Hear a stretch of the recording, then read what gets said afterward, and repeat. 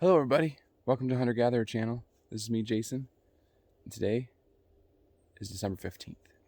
December 15th, 2020, and it is day 2 of muzzleloader season. And you may be like, wait a minute, day 2? Where was day 1? I missed that video. Don't get frantic, don't worry. I gave the deer a break.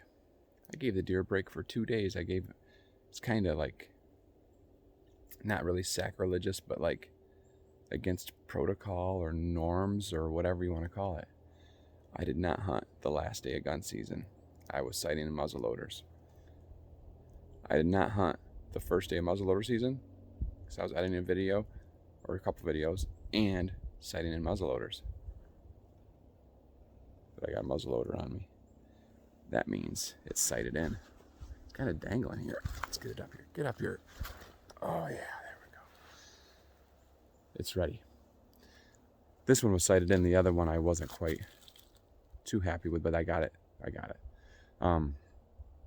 CVA Wolf 50 caliber. That's what I'm carrying with Hornady SST bullets and Hodgdon 50/50 Pirate X pellets.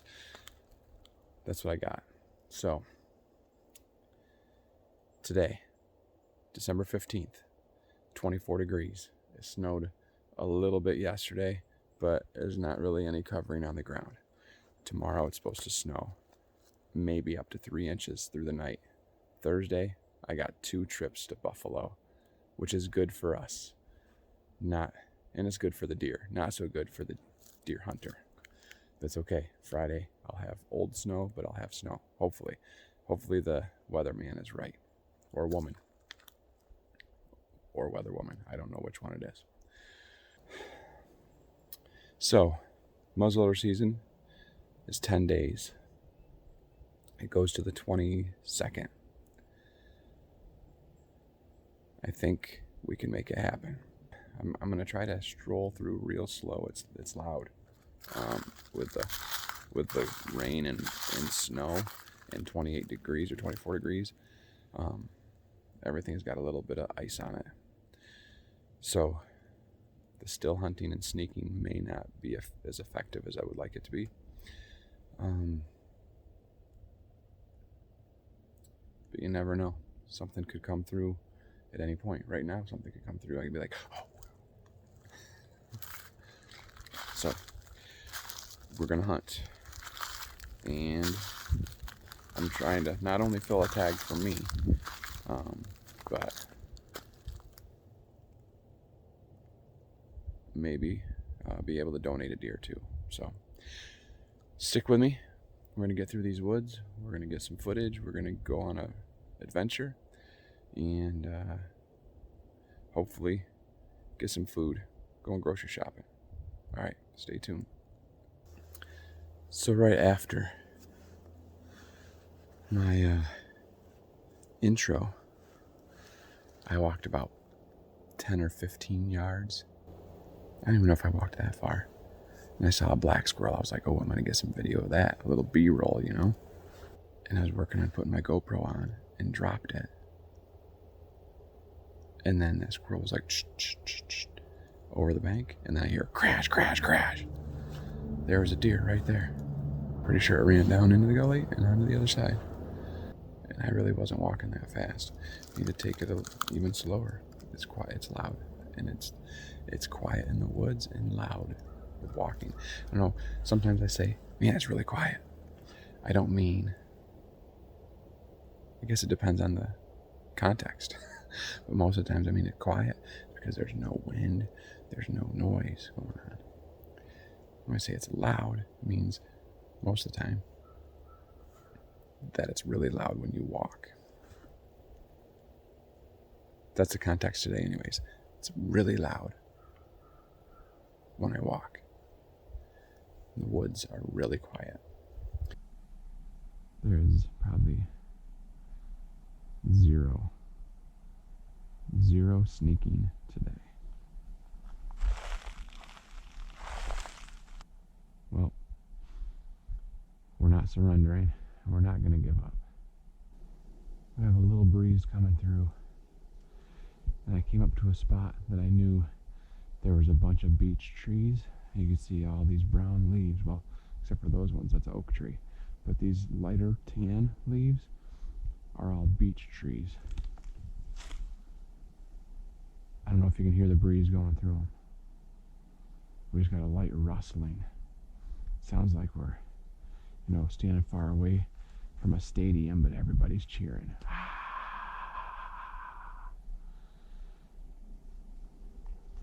I think they're probably cheering the deer on and not me. That's all right. I like being the underdog and be victorious. I'm taking a long time to circle around to where I want to go. I'm headed over to that little set of pines.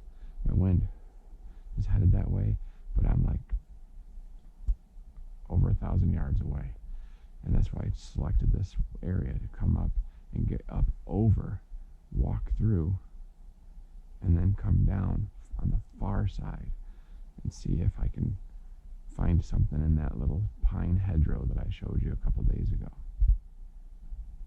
The first day I went over there, there was 2 doe bedded on the far side. The last time I went in there, there was at least 4, and they were walking up through. So I think if I get it up on the top, I can just sit there for a while and see if anything comes up through, and then slowly make my way down the edge to go to lunch. So another thing I'm trying to do is a lot of tree balancing, because it's quiet, and I can walk down through here fairly quietly, get me 10-15 feet on the tree, and then back to the ground. We interrupt this broadcast for a special announcement. In a strange turn of events, I am now in possession of 2 deer management permits that have been signed over, and I am currently signing on my license transfer of 2 tags with the document number or the ID number on there, so that way they are legal. There's 2 extra tags in my wallet. Now back to your regular scheduled program. I just found a blind that I built years ago. Me and my buddy Tony and his daughters actually helped out with this one. And I had started it, and then the year before, and then the next year, they came up and helped. We rebuilt it, and it's been about, I don't know. Tony, comment below how many years. I'm thinking 5 at least, maybe more. So this is the blind. Let's see here. What do you think we called this thing?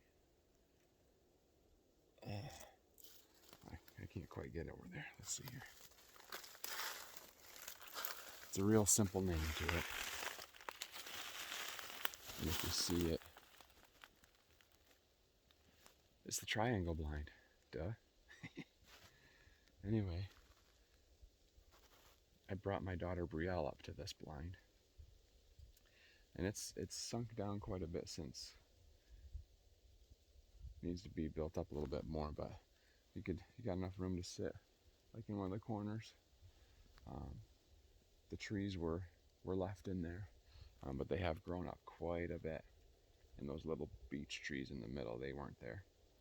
Anyway, this is the first blind, I think, that Brielle and I played leaf tic-tac-toe. And I think I have a picture somewhere. I'll have to see if I can put it in here.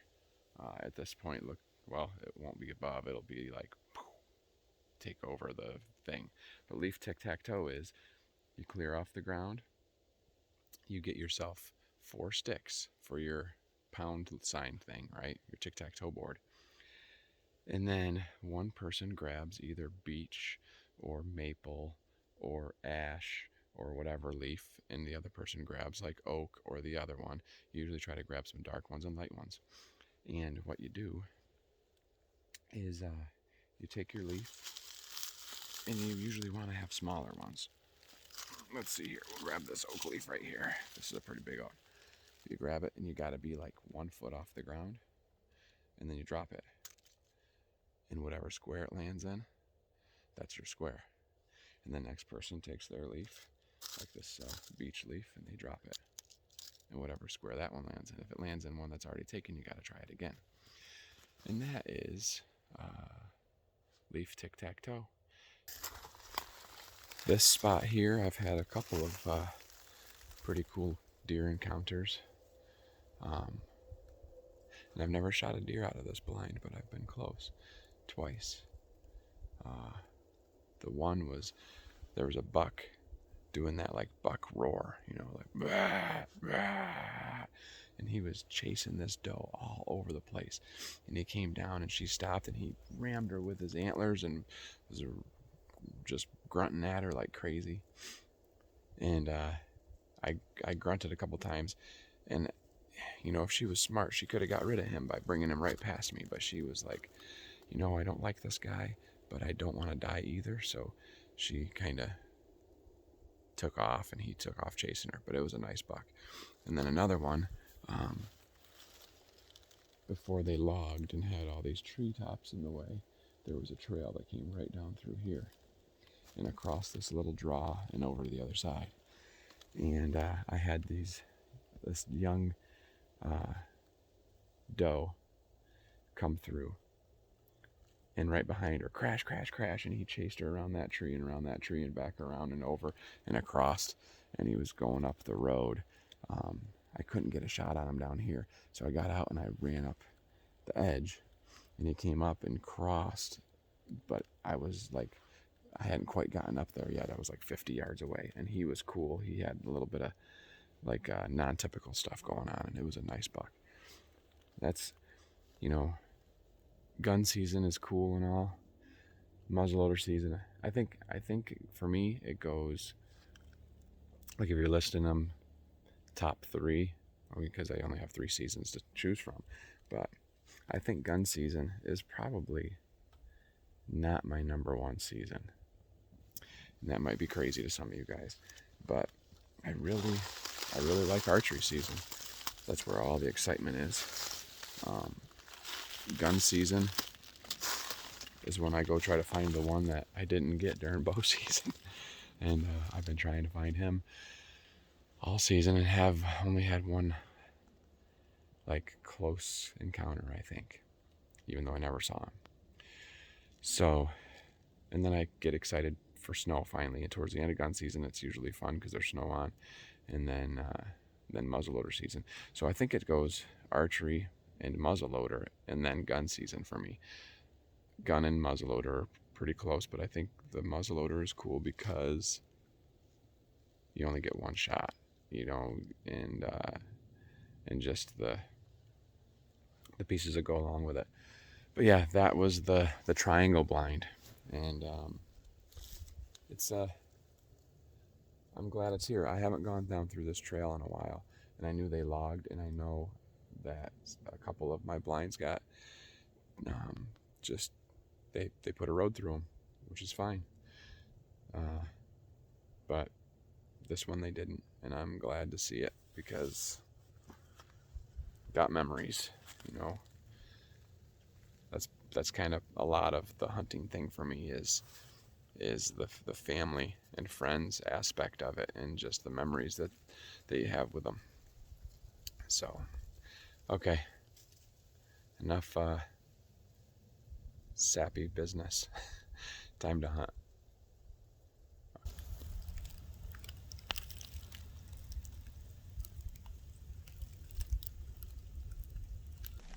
Deer went down through here probably last night,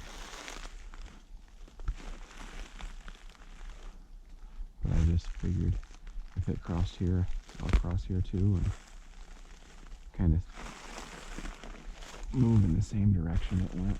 Looks like it went right up through here, which is the easiest way to traverse this hill here. I've often wondered if you strapped some pillows to your feet, if it would make the leaves quieter. And that's as far as I've gotten with that. I've never strapped pillows to my feet. if you're seeing this brim or not. I'm wearing my hat the front way because I figured I might end up putting the old stocking cap / toboggan on because my ears get cold under like 30-degree temperature. My ears start getting chilly. It's probably because they stick out a little bit farther than the average person's, maybe. There's no secret that I have a little bit bigger ears, but I go with the big bad wolf theory on that. The better to hear you with, my dear, but deer with D-E-E-R maybe. I just thought of that. That's pretty good. These GoPro batteries die pretty quickly, especially in the cold. But this is what I have for my GoPro batteries, and there's got 3 batteries in there. So the way that this battery change goes is you gotta take this thing out. It's in like a case, holds it securely, pop it out, then you gotta pop this door off here. Gotta push in and slide at the same time. Pull this battery out. Got these nice tabs on them. I go left to right, so I know that the left battery is the one that's the first one, and continue going across. New battery in, clip that closed, put it back in its skeletonized housing, and lock it back in place, adjust it, and tighten it. The old toboggan, right? So on it goes. Now my footsteps will sound a lot quieter because I won't be able to hear them. Battery pack back in, headgear back on, and like I said a second ago, I hope you can see past the brim. How's it look, everybody? Oh yeah. I feel like it was a good decision to come over here like this. The wind is picking up also, and it's not super quiet in here, but it's a lot quieter in these pines than it was everywhere else in the hardwoods and along the logging trails and stuff. So I'm just gonna slowly work my way over, since I have the wind to my advantage and I have the quieter forest floor. I feel like I can get over to above those pines and then come down and just sit there for a while, and hopefully something moves in. And I'm trying to, here, if you can see, I mean, that's a pretty big tree, right? You kind of go tree to tree to tree to tree, trying to keep hidden behind them. What? Crazy. Can you see them? Pretty sure that's one right there. And we got 2 right here. Now, I know exactly what these are. And it is too bad. The local school colors are green and white.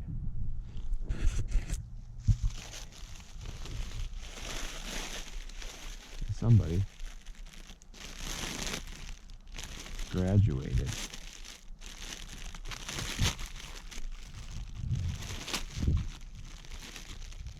Look at that. Congrats, grad. Hey, way to go, you graduated. Good job. Alright, so that's that one.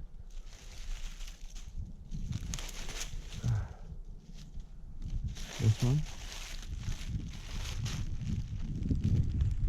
And right over here, let's see. I mean, can anybody believe a triple? A triple. What's this one?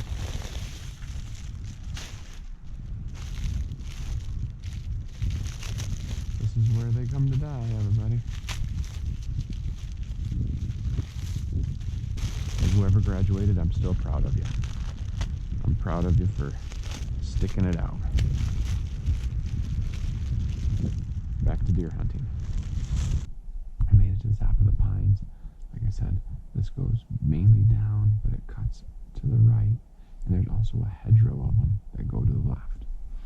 And the deer use this as a main pathway. It's just getting right onto the outside edge over here. I might sit for a little while over there. It's 11 o'clock now. But then I want to slowly work down this edge and then cut across. I've been sitting here about 40 minutes. Earlier I told you it was 11 o'clock and I was wrong. I just looked at my phone and I was like, it's only 10:40. Which I'm glad, because I thought, man, the day is flying by. I don't know if you can see it, but the snow's picking up a little bit. Yeah, maybe this afternoon will be better than I thought. So,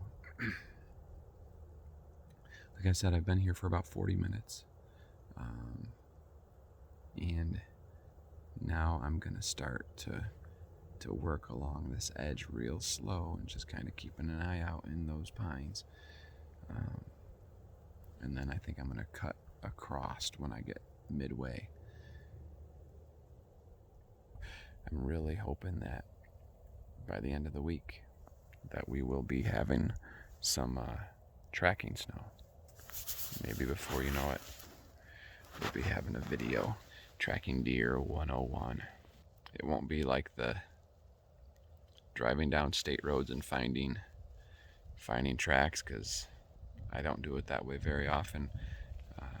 Actually, ever.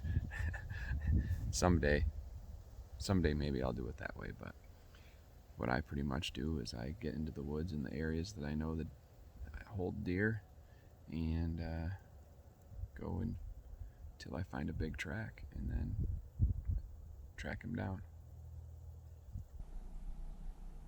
It's 11:20 and I'm working on headed to the house. Saw this big white oak tree over here. And I think what I heard from a couple people, that the white oaks, right when they were budding this year, this past spring, we had a frost. And that was the reason why the white oaks didn't drop any acorns this year. I've seen a couple spots where maybe they did, where they didn't get hit by that, but most of them did not have acorns.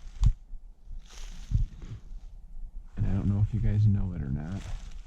Most of you probably do. But one way to tell a white oak from a red oak is how crazy the branches go everywhere. Red oaks usually are a little, well, I don't have one near me right now, but they usually have a larger trunk stem, and then they're branchy at the top. But if you have a chance to look at their leaves, I'll show you the difference. So a lot of times you'll see a leaf that looks like this one, or a leaf that looks like this one.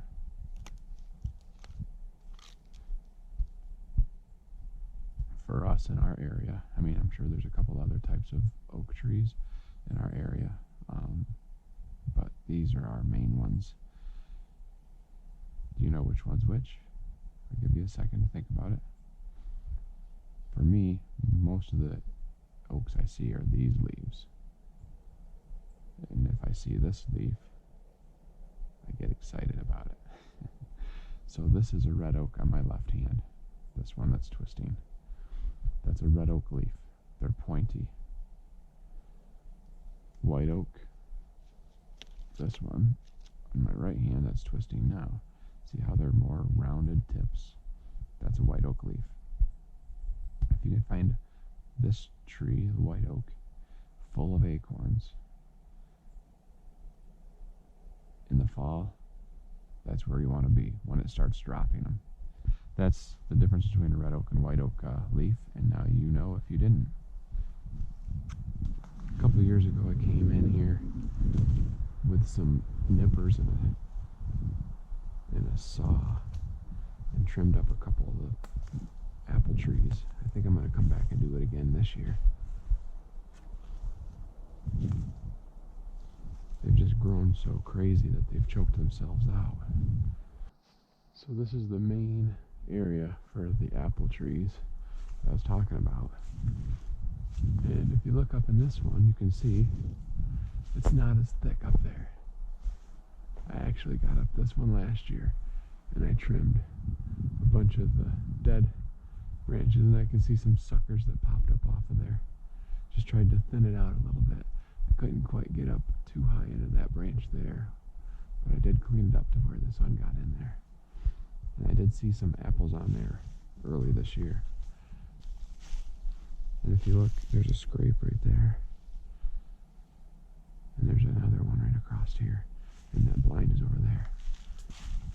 Not much activity with the deer except for that first thing this morning, that one that I kicked off the bank. Lunch is over. It's almost 2 o'clock. And it took me a little while because I had to pack some stuff up and I had to do a couple other things, but wood and stove, some other deals. But the Jeep's feeling a little heavier. I decided that I'm going to get up in a tree where those 6 oaks are. I'm hoping that they're still eating on them. I'm trying to figure out exactly what the best route is to get there. I don't want to go straight up that bank where they're at the top because there's a lot of thick slashings that the deer, I believe, are bedding in. And so I think I'm going to have to go up the gully a ways.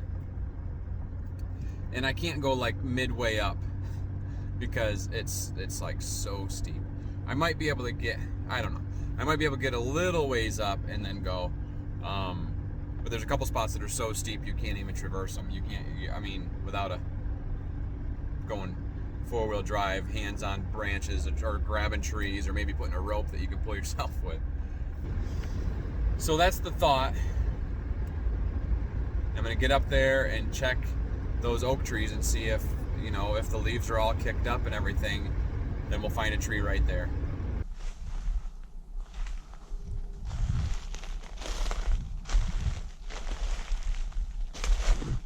Oh, hey, look at that tree. That just fell down last week or so because I haven't seen it sitting there. It's pretty crazy.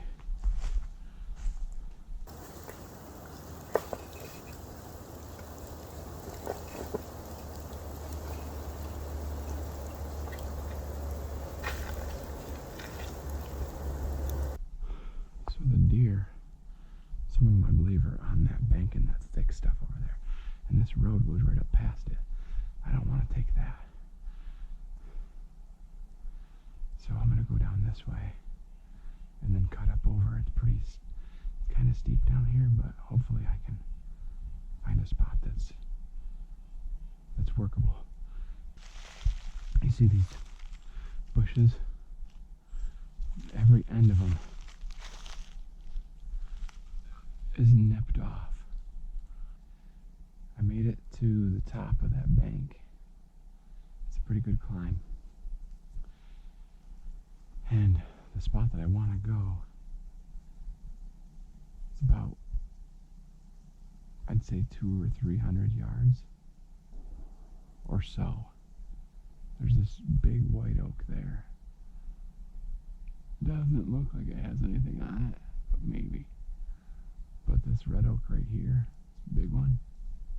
And there's a red oak right on the other side of that white oak. Have a ton of acorns in them still. And if you look right here, these leaves are all kicked up.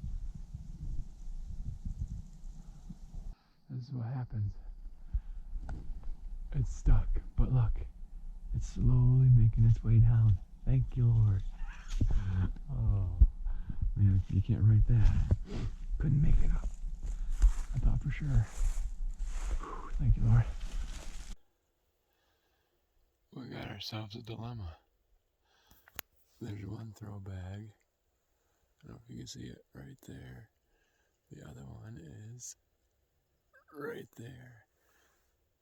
And my line didn't come down on either one of them. It's just dangling. So to change plans.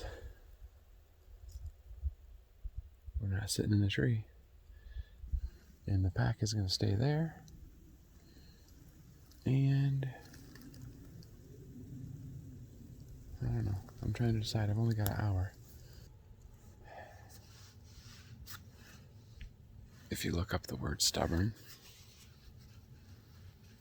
you might find a picture of me. I was like, one more try. I should have, the last time they came out, I think the battery died on the GoPro at the time. I should have just scratched the idea and went to a different tree. I'll have to come up here on a special hike just to climb up there and get that stuff out. I'm going to grab some gloves, put them on because my hands are cold, and this one really because I'm holding the camera. And then I don't know. I'm trying to decide if I'm just going to come over here and sit or work my way that way slowly. I haven't gotten anything but my throw bags stuck in a tree.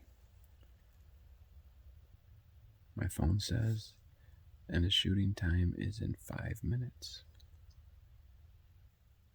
I think my max view is like 40 yards. If I stand up, I can see over this knob over here. So that's probably what I'm going to do here. See if I can get a visual. Like 4 minutes and counting. It's 4:55. And shooting light, or shooting time, I don't know what to call it. Anyways, you're not allowed, you've heard the story. At sundown, is shooting is over. So that was supposed to be at 4:39, what my phone said. So I'm heading down the hill for a little while. Didn't hear or see anything. I didn't hear or see anything. Well, I heard one this morning, but I didn't see a deer. That's what happened, I guess.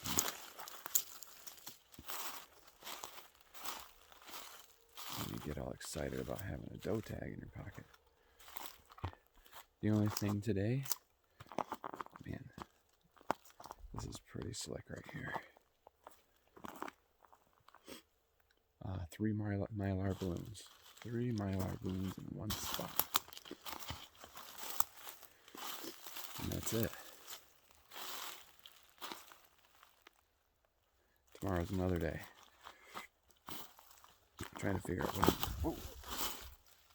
That's a close one. And he sits down. There's a little steep section right there. Pretty steep. Probably time to get off the phone. I'll put the camera on. There we go. Alright. Tomorrow is another day. Trying to figure it out. I'll think about it tonight.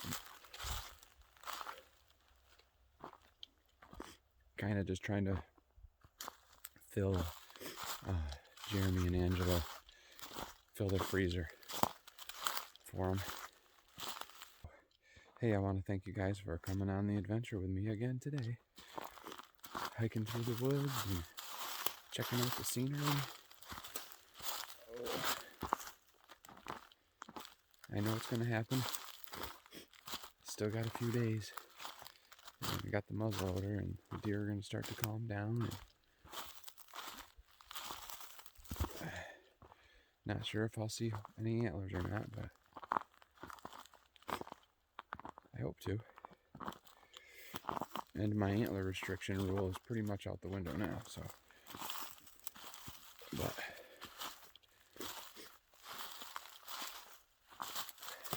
we'll see. All right, well, I just want to thank you for coming. Thank you for hanging out. Hopefully you enjoyed it. And I enjoyed coming out and making the video for you all. So if you would, like the video and subscribe to the channel. We'll keep coming out on these adventures. So, thanks for watching, and we will see you on the next one. Hey, we love you.